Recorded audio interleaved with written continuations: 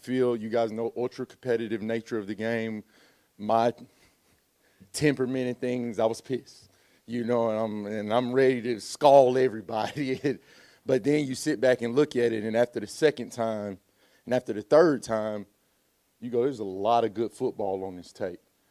We played 47 snaps defensively, and they had 188 passing yards, 78 rushing. So if you look at an NFL game and you tell me the Green Bay Packers are going to have 188 passing yards and 78 rushing, did you play a winning brand of football? I would tell you yes, but then you have to look deeper into that. So what happened? Why did we give up 27 points? And it's a lot of things that go into that, a lot of different variables that go into that. But let's start with the pass game, 188 yards. Well, I believe it was play 18, 19 of the game. We had back-to-back plays where we allowed a 48-yard explosive pass and a 17-yard explosive touchdown pass that we went into the game saying, you got to make these guys beat us. You cannot give them things because that's when they thrive. You have to make them beat us, and we did not do that on back-to-back plays. Inexcusable, and that's been addressed. So you take, what is that, 48-17? I'm not a math major, but I believe that's 65 yards. You take that off of 180, you're looking at 120 yards passing on the day. Let's go into the run game. We held them to 3.1 rushing. That's a good day in the NFL against a back like that. It's a good day. But we should have been dominant in the run game. We should have been at 2.2. Why do I say that? Because one of those was a 15-yard explosive run that should have never happened. That's been addressed as well. So when you go in the day, it's a lot of good to take for it. So 47 plays, I just gave you 3. Where you 2.2 in the run game and 120 yards passing. That's who we are. And that's who I expect us to be, and that's who we will be. And it's non-negotiable. And all this stuff has been addressed with the people it need to be addressed with, and more importantly, the players are holding each other accountable.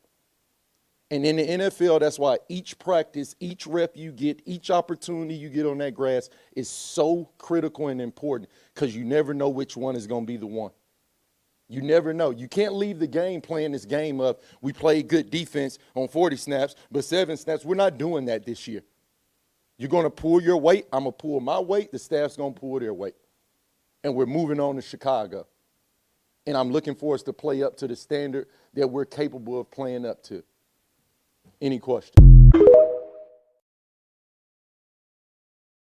All righty then.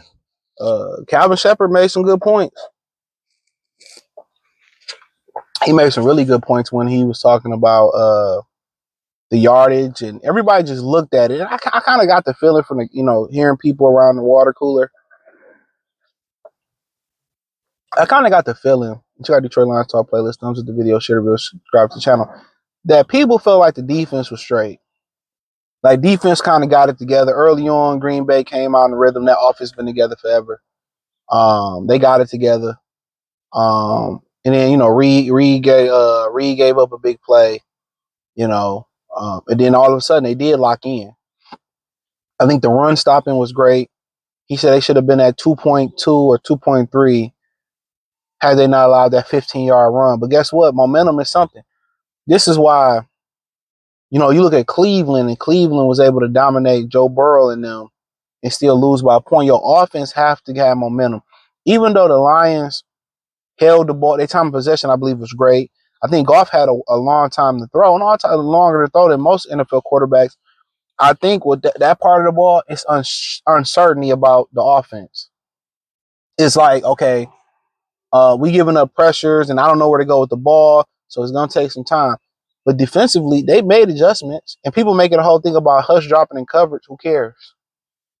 You're just giving them different looks. There's no problem with him dropping in coverage. We don't okay. People making a big deal. He was rushing all day, didn't get a sack. What the fuck? We know he got good hands. I really don't care about that. He should continue to do it every now and again. It's not a big deal.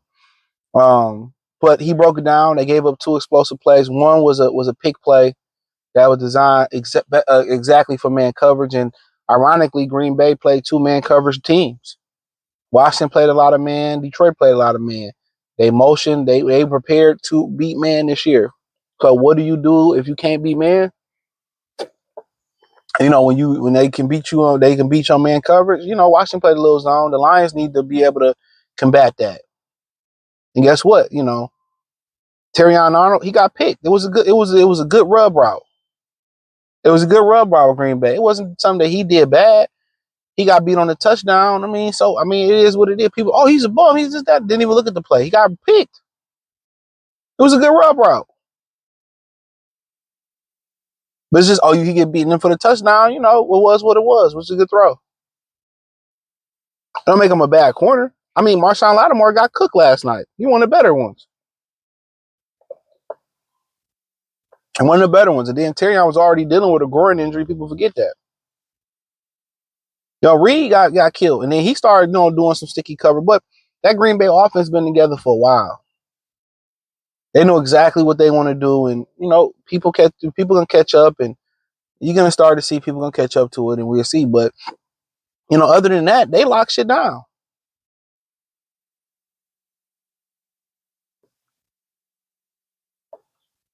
Green Bay should have hung up 50 on Washington and Detroit, to be honest. And when he broke down the yardage by that, he's right. What he said he held him to 3.6 yards a carry? That's a good day. 188 passing yards, under 200. I think they damn near had that in the first half. First Washington, that's a good day. He's not lying. That's a good day. And I get it. A lot of people are like, when he broke it down and you think about it, the defense wasn't that bad. They looked like the whole team, even special teams was bad. It just looked like they wasn't prepared. They all took Benadryl the night before and they still was drowsy. So we'll see. But defensively, when you put it that way, it wasn't that bad. To think about it, they should have been, and then he threw a pick six in the red zone. That was a momentum shifter, or a pick in the red zone. So in reality, had the Lions been scoring touchdowns, they could have won that game. But but I mean, like I said, you're right. That shit, what was it, 27-10 or 17? It should have been worse than that. And that run defense, they gave it that 15-yard run to Josh J. They was tired, man. Like, they ain't scoring no points. I'm ready to go eat after the game. I'm ready to go home late. That's what it was. No matter if you didn't get that 15-yard run, they still was going to lose. So the run defense is good, right? We understand that. The secondary started to get it together. They'll make some adjustments.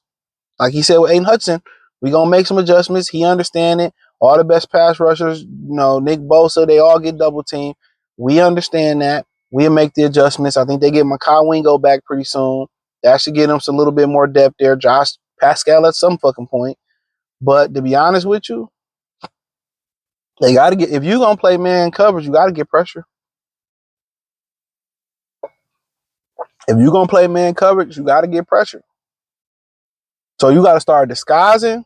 You want to play single high, robber, single high man and double somebody, single high, a spy. And you got to play, that's why I don't really like the whole, man coverage defense zone. Like, be a combination. And I get it, the Legion of Boom was a primarily cover 3 team. The great Tampa defense was a primary cover 2. I would want my players to be good at both man and zone, honestly. So, but we'll see. We'll see the defense. But the way he put it that way, they didn't have a bad game. They had a lethargic game, but given that they offense didn't score no points, had they offense scored points, I don't think Green Bay would have scored 27 points. The Lions would have run away with that game. But as we know, there's just a new offense. On top of that, new center and guys, going the wrong way. And, so for the most part for the Lions, it's just to make sure everybody understand their job, make it simple on the offensive line. But Yeah, but let me know what y'all think. Check out Detroit Lions Talk playlist. Thumbs up the video, share the video, subscribe to the channel, hit the link tree. I'm your X, Instagram, Spotify, Anchor, Cash App, Venmo, PayPal. Everything's inside the link tree. Peace.